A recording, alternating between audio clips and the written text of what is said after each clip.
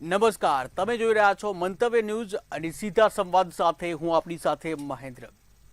આજે વાત એવા વિષયની કરવી છે જેની કથા શરૂ થતા પહેલા જ વિવાદોનો મંડપ બંધાઈ ચૂક્યો છે। બાગેશ્વર ધામના ધીરેન્દ્ર કૃષ્ણ શાસ્ત્રી આગામી જૂન મહિનામાં રાજકોટ પધારી રહ્યા છે, પરંતુ કથા અને દિવ્ય દરબારના આયોજન પહેલા જ વિરોધના સૂર સંભળાઈ રહ્યા છે। ત્યારે એક તરફ ભક્તો આ આયોજનને લઈને ભારે ઉત્સાહમાં છે, ત્યારે બીજી તરફ પુરુષોત્તમ પીપળિયા અને તર્કવાદીઓએ આને અંધશ્રદ્ધાનો કુંભ મેળો ગણાવી અને તીખા પ્રહારો કર્યા। આજના વૈજ્ઞાનિક યુગમાં ચમત્કારના નામે થતા ધતિંગ સામે વિજ્ઞાન જાથા પણ સક્રિય થયું છે। શું આ આયોજન આસ્થાનું કેન્દ્ર છે કે પછી અંધશ્રદ્ધાને ખુલ્લું પ્રોત્સાહન?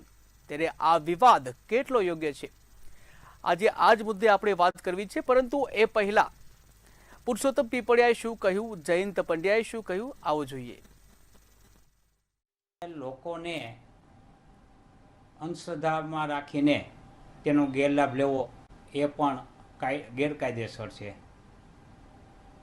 પરંતુ કેટલાક સંગઠનો પ્રેરિત આવા કાર્ય થાય છે અને લોકોને અંધશ્રદ્ધા તરફ તે દોરી જાય છે। તે ચિંતાનો વિષય છે, આવું થવું ન જોઈએ। ને અંધશ્રદ્ધાનો મહાકુંભ કહી શકાશે। આ કોઈ ધાર્મિક કાર્યક્રમને બદલે અંધશ્રદ્ધાનો મહાકુંભ નો કાર્યક્રમ છે એ રાજકોટમાં યોજાશે। એ આપણા કમનસીબ છે, આપણે એને રોકી શકતા નથી।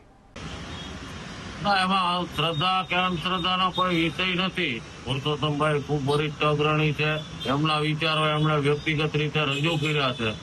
સમાજના લેવલે એવો કોઈ શ્રદ્ધા કે અંધશ્રદ્ધાનો વિષય નથી અને સનાતન સેતુ હનુમંત કથાના માધ્યમથી જ સનાતન જાગરણને અનુલક્ષીને આ કાર્યક્રમ હનુમાનજીની કથાનો થઈ રહ્યો છે અને એમાં બાગેશ્વર ધામ પીઠાધીશ્વર શ્રી ધીરેન્દ્ર કૃષ્ણ શાસ્ત્રીજી ઉપસ્થિત રહી અને હનુમાનજીના ગુણગાન ગાય અને સનાતન ધર્મને કેવી રીતે સમગ્ર રાષ્ટ્રમાં સમગ્ર વિશ્વમાં વ્યાપ વધારવો એમની ચર્ચા હનુમાનજીના માધ્યમથી કરી ભક્તોને લોકોને એની માહિતી અને જાણકારી આપવાના છે। 7મી જૂન સુધી દિવ્ય દરબાર અને સનાતન હનુમંત કથાનું આયોજન થઈ રહ્યું છે। વિજ્ઞાન જથા જે ધાર્મિક આયોજનને આવકારે છે,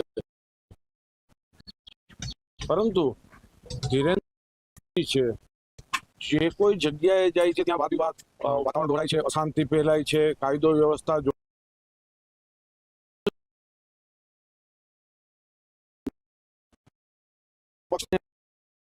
કીધું કે 4 બાળકો પેદા કરો, વણમાયકી સલાહ આપી છે। પોતે પણ જે ઊભી કરે છે, વિજ્ઞાન જાથા એ નક્કી કર્યું છે કે આ કથા દરમિયાન એના ઘરણાનો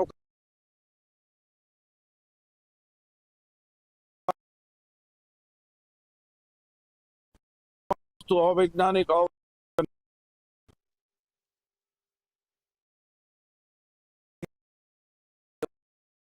આગામી સમયમાં રાજકોટમાં થવાની છે ત્યારે પુરુષોત્તમ પીપળિયાની જે પોસ્ટ છે એ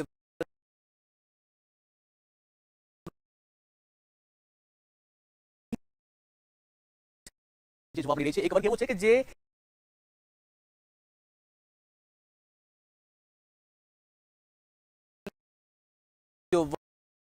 કે જેને જોડવામાં આવી રહ્યું છે। તો આજ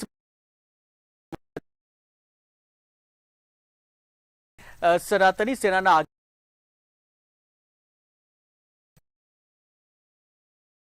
બંને મહાનુભાવોનું સ્વાગત છે। જે રીતે તેમનો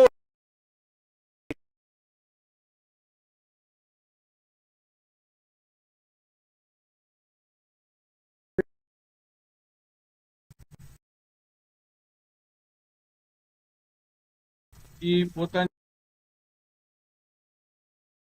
કારણ કે થઈ શકતું હોય તો એના કીધે થાય છે કે નથી સસ્તી પ્રસિદ્ધિ લઈ ધાર્મિક સંતોને ખોટા રીતે આસ્થા સાથે ચેડાનું બાર બજાર આપણે આપણા દરેક જગ્યાએ સામા સાચા મળી જ જાય છે.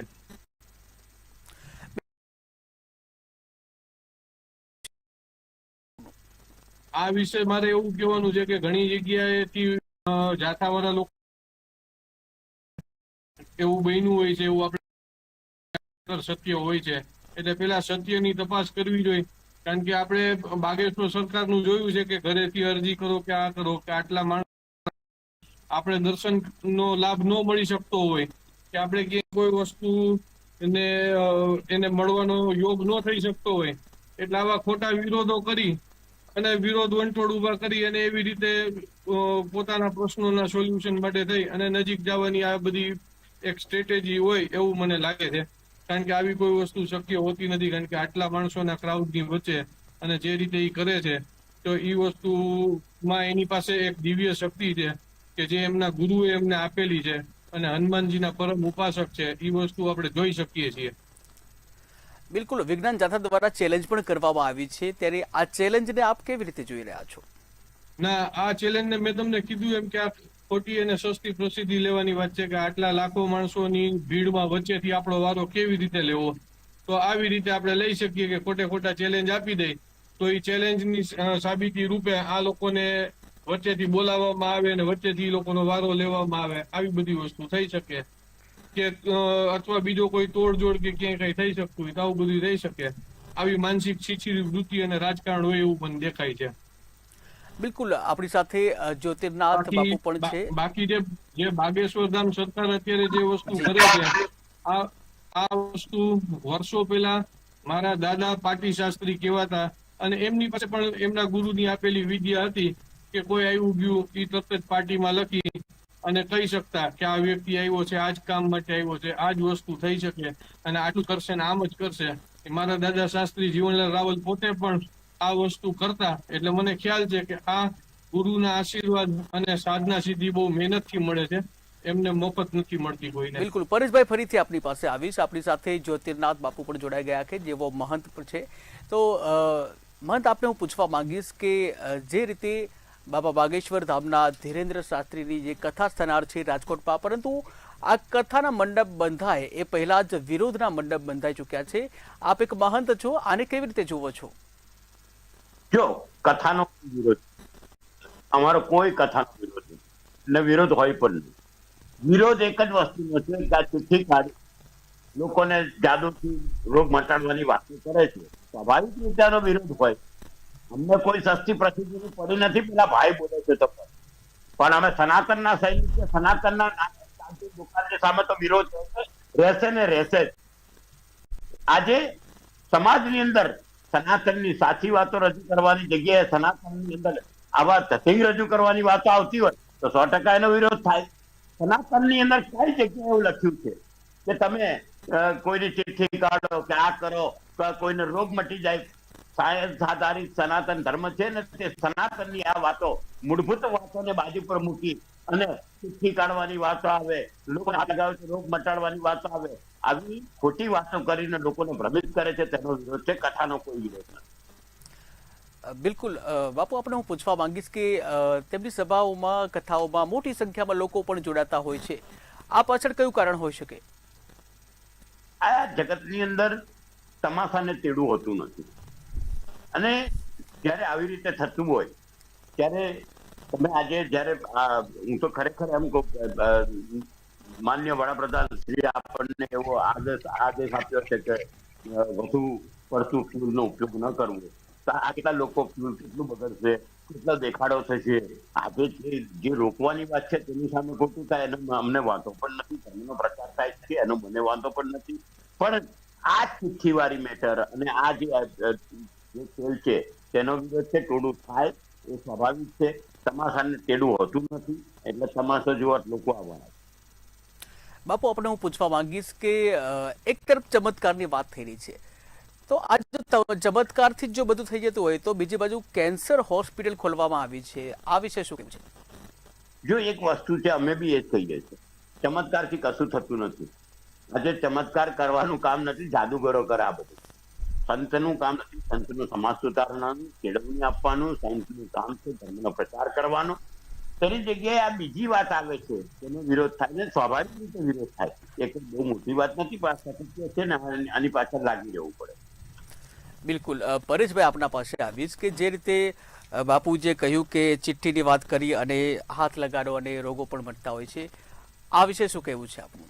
શું આ ચમત્કાર ખરેખર હોય છે? એ ગુરુએ જે રીતે આપેલી વિદ્યા હોય એ મુજબની વસ્તુ છે. બાકી તો શું છે કે જે કોઈ પણ વ્યક્તિનો જન્મ છે એનું મૃત્યુ નિશ્ચિત છે, અને બાકી પોતપોતાના કર્મ મુજબના દરેકને જીવનમાં તકલીફોને આવતી હોય છે. પણ જો ગુરુએ આશીર્વાદ આપ્યા હોય કે તમે રોગ પણ મટાડી શકતા હશો, કે આ વસ્તુ કરી શકશો, તો એ વસ્તુ થઈ શકતી હોય. પરેશભાઈ, જો ચમત્કારની અને જે રીતે આપણે જે વાત કરી રહ્યા છો, જો ખરેખર એ વાત પદમ હોય તો બીજી બાજુ આ કેન્સર હોસ્પિટલ ખોલવાનું શું કારણ હોઈ શકે? શું ચમત્કારથી કેન્સર જેવી બીમારીઓને ના મટાડી શકાય? ચમત્કારથી મેં તમને એ કહ્યું ને કે કર્મનું ફળ તો મળતું જ હોય, કર્મમાં તો કોઈ વસ્તુનું ક્યાંય આવે નહીં.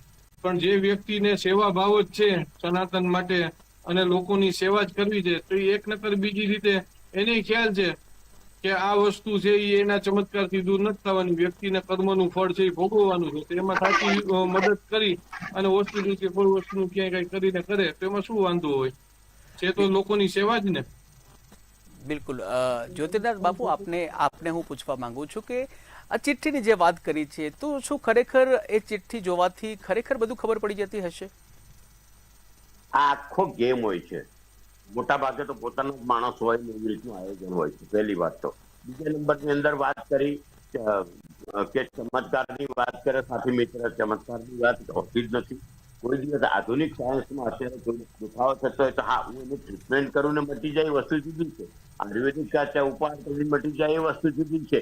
પણ આ તો એમ કે સભામાં આવો એટલે મટી જાય એવી રીતની વાતો અને આવી ખોટી પોકળ વાતો કરી છે, લોકોને મૂર્ખ બનાવવાની વાત છે. તેનો વિરોધ તો થાય, બટ ન્યુટ્રલ છે. બિલકુલ તો જે રીતના અમુક લોકો જે આવતા હોય છે અને એ વાતને સાચી પણ કહેતા હોય છે, આ લોકો કોણ હોય છે? શું એ પહેલાથી સ્ક્રિપ્ટેડ હોય છે વાત? 100% ફેબ્રિકેટેડ હોય છે, 100% ફેબ્રિકેટેડ. તમે બહુ મહેનત કરી છે આજે. ને મને તો દુઃખની વાત લાગે છે કે સનાતનના વાતો, સનાતનની સાચી વાતો, સનાતન સાયન્સ સાથે જોડાયેલું છે. સનાતનમાં વૈદ્યકીય સાર વાત છે, સનાતનમાં એસ્ટ્રોલોજી છે.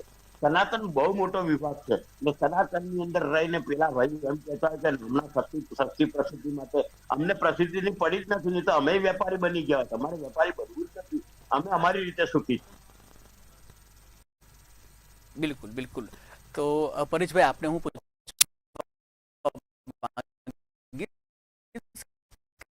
કે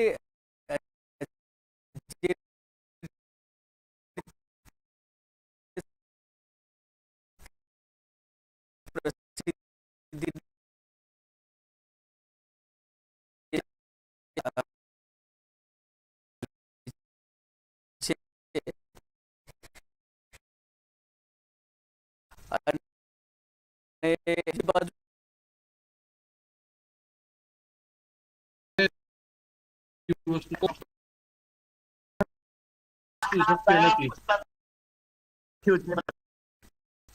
કોમન મેન માટે આ કોઈ વસ્તુ શક્ય નથી. આના માટે ગુરુ જોઈ અને ગુરુ પોતાની આ બધી વસ્તુ શક્ય ના બને.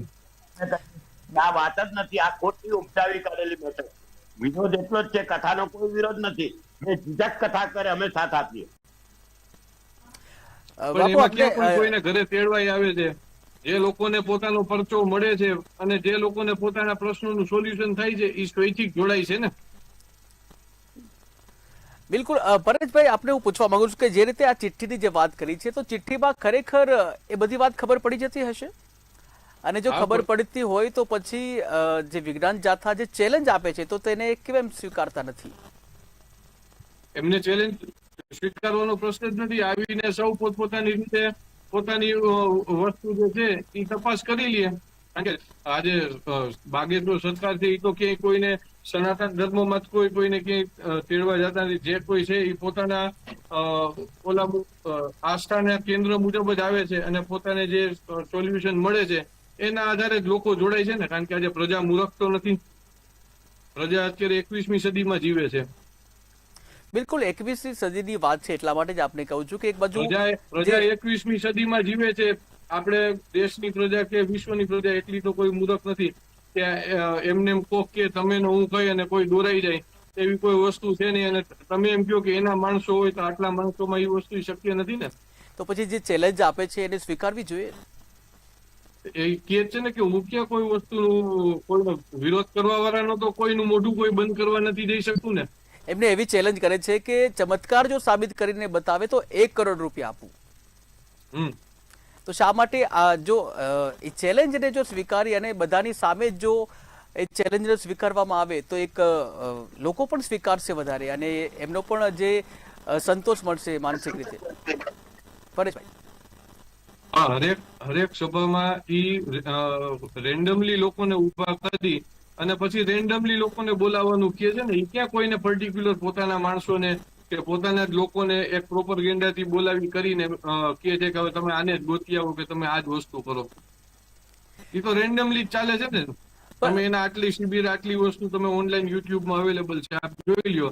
તો પોતાની સાધના સિદ્ધિ ઉપરથી જ વસ્તુ કરે છે ને. બિલકુલ, પણ એમને સામેથી જ્યારે આવવાની વાત કરે છે, રેન્ડમલી બાબા કરે છે બરાબર છે, પરંતુ સામેથી જ્યારે આવવાની વાત કરે છે ત્યારે ખરેખર એમની ચેલેન્જ સામેથી આવવા માટે બાબા એ કહે છે ને કે ભાઈ તમે તમારી ઘરે અરજી કરો, ચિઠ્ઠી કરો, એના ગુરુનો આદેશ થશે તો ઓટોમેટિકલી એને ખબર પડશે, તો ઓટોમેટિકલી વસ્તુ થશે. તો તમે એ કર્યું હશે તો તમને બોલાવશે. બાકી આવી રીતે ખોટી રીતે એની નજીક જઈ અને પોતાના પ્રશ્નોના સોલ્યુશન ગોતવાની વાત કરી તો એ કોઈ વસ્તુ વ્યાજબી ન ગણાય ને. અને એના માટે થઈને આખા ધર્મ સંપ્રદાયને આપણે ખોટા આક્ષેપો કરીએ કે આવું બધું આપણા જમાં થાય છે તો એનો મતલબ નથી ને. બિલકુલ. જ્યોતિનાથ બાપુ, આપને હું પૂછવા માંગીશ કે રેન્ડમલી જે વાત કરી કે રેન્ડમલી લોકોને ઉભા કરવામાં આવે છે અને તેના વિશે પછી સંપૂર્ણ માહિતી આપવામાં આવતી હોય છે, આ વિશે શું કહેવું છે આપણું? ના, રેન્ડમ હોય છે, તેમાં જ ફેબ્રિકેટેડ હોય છે, તેમાં નક્કી જ હોય કે આ લોકોની જ ઉઠાવવાની હોય, આખું પ્લાનિંગ હોય છે. હવે આ બધા સાથે આર્ગ્યુમેન્ટ કરીને કોઈ મતલબ નથી હોતો, પણ આ કાળે પડદા જ હોય તેને શું સાચવી શક્યા? એટલે એ જ કીધું મેં કે લોકોની વિચારસરણી છે, સૌ પોતપોતાના મત મુજબ વિચારતા હોય છે, એ વસ્તુ હોય છે. એમાં એક ઘરમાં બે ભાઈના મત એક સરખા નથી હોતા, એમાંય મત મતાંતર હોય છે. એટલે લોકોની વિચારસરણીને તો થોડું કોઈ કે સ્ટોપ કરવા જઈ શકે કે રોકવા જઈ શકે. જેને સમજવું જ ના હોય તેને અમે શું સમજાઈ શકીએ? સાથે સનાતનની પ્રક્રિયા સમજવી હોય તો સનાતનની રીતે શીખાય, વેદની રીતે શીખાય. બિલકુલ. પરેશભાઈ, તમને હું પૂછવા માંગીશ કે જો કાર્યક્રમ થશે તો FIR સુધીની પણ વાત કરવામાં આવી છે, આ વિશે શું કહેવું છે? શું કાર્યક્રમ થશે તો FIR પણ મતલબ કરવામાં આવશે તેવા પણ નિવેદનો સામે આવ્યા છે. એ બધી ખોટી વાતો કહેવાય. આવું ન કરવું જોઈએ. આપણા જે કોઈ સારું કાર્ય થતું હોય એમાં હંમેશા એના સહકારમાં રહેવું જોઈએ. એમાં ખોટા આવા દોડા નાખી અને ખોટા વિરોધ વંટોળ ઉપર ન કરવા જોઈએ. આ મારી એક અંગત વ્યક્તિગત વાત છે કે જે સારું સત્કાર્ય થતું હોય તો એમાં ખોટી વસ્તુના આવા FIR કે ખોટી ફરિયાદો આવું બધું કામ ન કરવું જોઈએ. આ ખોટી વાત કહેવાય. તો સનાતની સેના જો આવું થશે તો કેવા કાર્યક્રમો આપશે અને એમનો પક્ષ કેવો હશે? આગળ શું રણનીતિ રહેશે એમની? જી પરેશભાઈ, હું એવું પૂછવા માંગુ છું કે જો FIR સુધીની આવી જો કાર્યવાહી કરવામાં આવે કે પછી આવી કોઈ વાત આવે ત્યારે સનાતની સેના શું કરશે આ બાબતે? અમે બાગેશ્વર સરકારના સપોર્ટમાં રહેશું કે આ જે વસ્તુ છે એ ખોટી છે અને આવા ખોટી ફરિયાદને ખોટા આક્ષેપો ન કરવા જોઈએ. બિલકુલ. જ્યોતિનાથ બાપુ, આપને હું પૂછવા માંગુ છું કે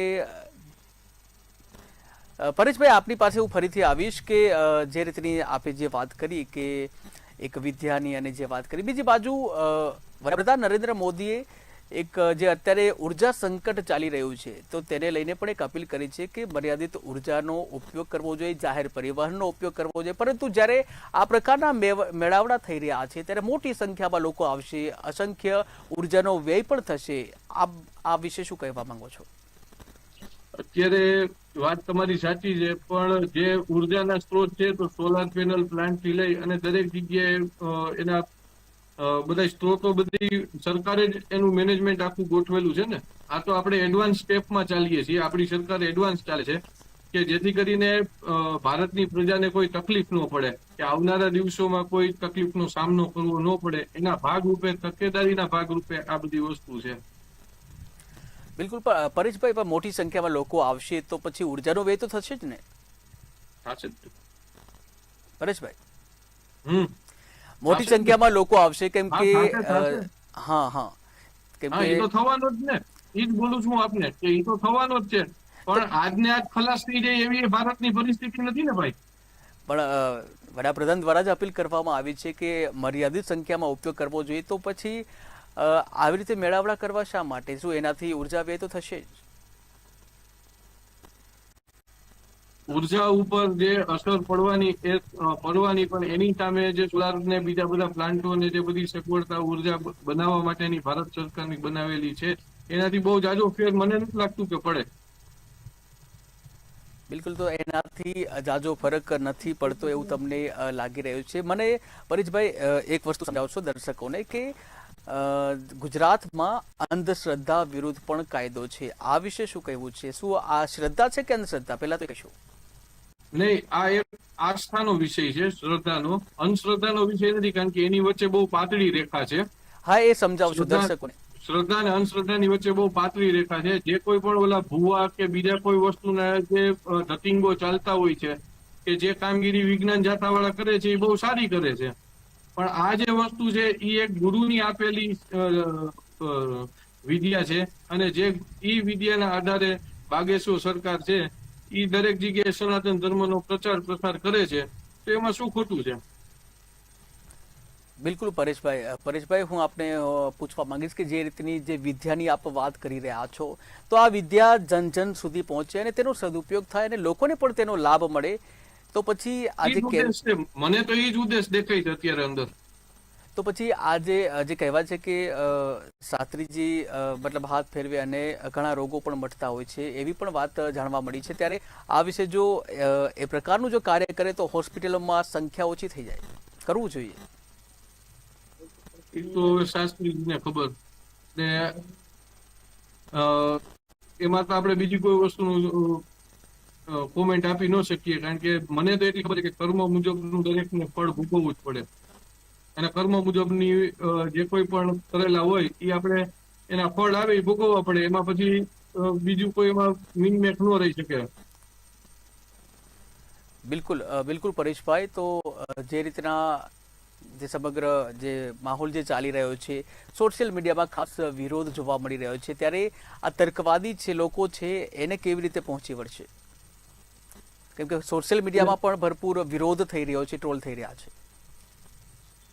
તો જ્યાં સારું કાર્ય થવાનું છે, આપણે ગઈઢા કહેવત કહી દઈએ છે કે સારા કામમાં 100 વિઘ્ન, એટલે વિઘ્ન નાખવા વાળા તો વિઘ્ન નાખવાના જ છે.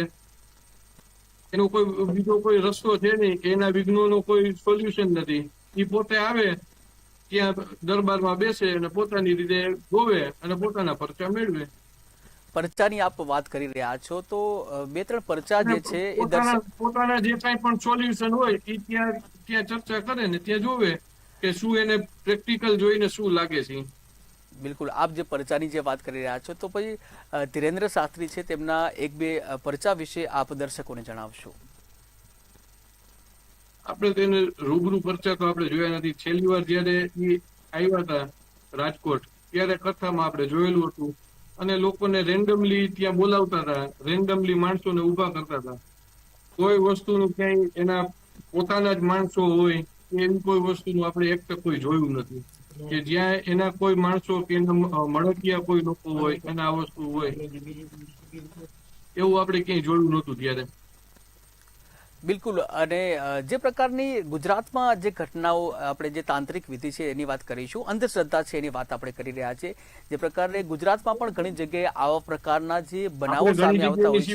જોયું છે કે પોલીસ વાળા પ્રેસ વાળા મિત્રોને પણ કહે છે કે તમે તમારી રીતે જઈને જોતા આવો, ગોતતા આવો, બોલાવતા આવો, અને એમનો પરચો અને એમની ચિઠ્ઠી એને બનાવેલી હોય છે. પરેશભાઈ, એટલે માણસોમાં આપણે કહી શકીએ કે આ લોકો એનું મળતિયું કે ઓલું હોય, પણ જયારે પોલીસ વાળા કે પ્રેસ વાળાના કોઈને આપણે યુટ્યુબમાં વિડીયો જોતા હોય છે ક્યાંય, તો એમાં તો આપણે કેવી રીતે પછી એવું સમજી શકીએ કે આ વસ્તુ હોઈ શકે એમ? ઘણા બધા એવા કિસ્સાઓ હોય છે કે જ્યાં તાંત્રિક વિધિના નામે ક્યાંક દુષ્કર્મ કરવામાં આવતો હોય છે, તો ક્યાંક ઠગાઈ કરવામાં આવતી હોય છે. આ વિશે શું કહેવું છે?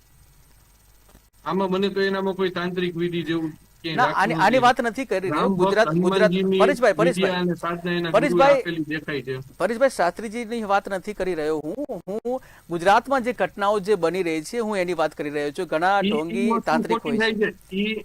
ઈ વસ્તુ અંધશ્રદ્ધાનો વિષય છે, જે આપે મને પૂછ્યું ઈ કે ઈ અંધશ્રદ્ધાનો વિષય છે કે જે બુઆ અને તાંત્રિકોને જે વસ્તુ કરે છે અને ખોટા દોરા ધાગા ઓલા ગળામાં પહેરવાના માંગડિયા બધું આપી અને લોકોના જે ભય સાથે ચેડા કરે છે, ઈ બધી વસ્તુ ખોટી થાય છે કે ઈ ન થવી જોઈએ. ઈ સનાતનના નામે માતાજીના ફોટા રાખીને જે કરે ને ખોટા ધૂણવા બેસે, આ બધી વસ્તુ ખોટી છે, ઈ ન થવી જોઈએ. બિલકુલ પરેશભાઈ, સમયનો અભાવ છે, પરંતુ જતા જતા છેલ્લી 1 મિનિટમાં દર્શકોને શું સંદેશો આપશો? દર્શકોને મારે એટલું જ કહેવાનું કે જ્યાં સનાતન ધર્મનો પ્રચાર પ્રસાર થતો હોય, જ્યાં પ્રભુ શ્રી રામ ના નારા લાગતા હોય અને સારા સત્કાર્યો સનાતન માટેના થતા હોય, તો એમાં આપણે આપણાથી બનતું યોગદાન આપી અને ભેગું રહી અને એના વધારે પ્રચાર થાય અને લોકો વધારે આપણા ધર્મ માટે પ્રેરાય, એવી આપણે પ્રક્રિયા કરવી જોઈએ. એમાં ખોટે આવા કોઈ અને આવું કોઈ વ્યક્તિ અંદર જો ખોટા ઓલા કરતા હોય તો એના ઉપર ધ્યાન આપણા ધર્મ ઉપર ધ્યાન દેવું જોઈએ અને શંકા ન રાખો. બિલકુલ પરેશભાઈ અમારી સાથે જોડાયા અને દર્શકોને તમે તમારી પ્રતિક્રિયા જણાવી અને એ બદલ આપનો આભાર. આ સાથે જ જ્યોતિર્નાથ બાપુ આપનો પણ આભાર. ત્યારે સવાલ એ થઈ રહ્યો છે કે શ્રદ્ધા અને અંધશ્રદ્ધા વચ્ચેની આ પાતળી રેખા ક્યારે સમજાશે? દેશના કરોડો લોકોની આસ્થાને નકારી શકાય નહીં, પરંતુ વિજ્ઞાન અને કાયદાના દાયરામાં અંધશ્રદ્ધાને પ્રોત્સાહન પણ ના આપી શકાય. હવે જોવાનું એ રહેશે કે રાજકોટની આ કથા વિવાદો શાંત કરશે કે પછી ચર્ચા વધુ ગરમાશે. આવા જ નવા ટોપિક સાથે ફરી આપણે મળીશું. હાલ સમયનો અભાવ છે, ત્યારે મને રજા આપશો. નમસ્કાર.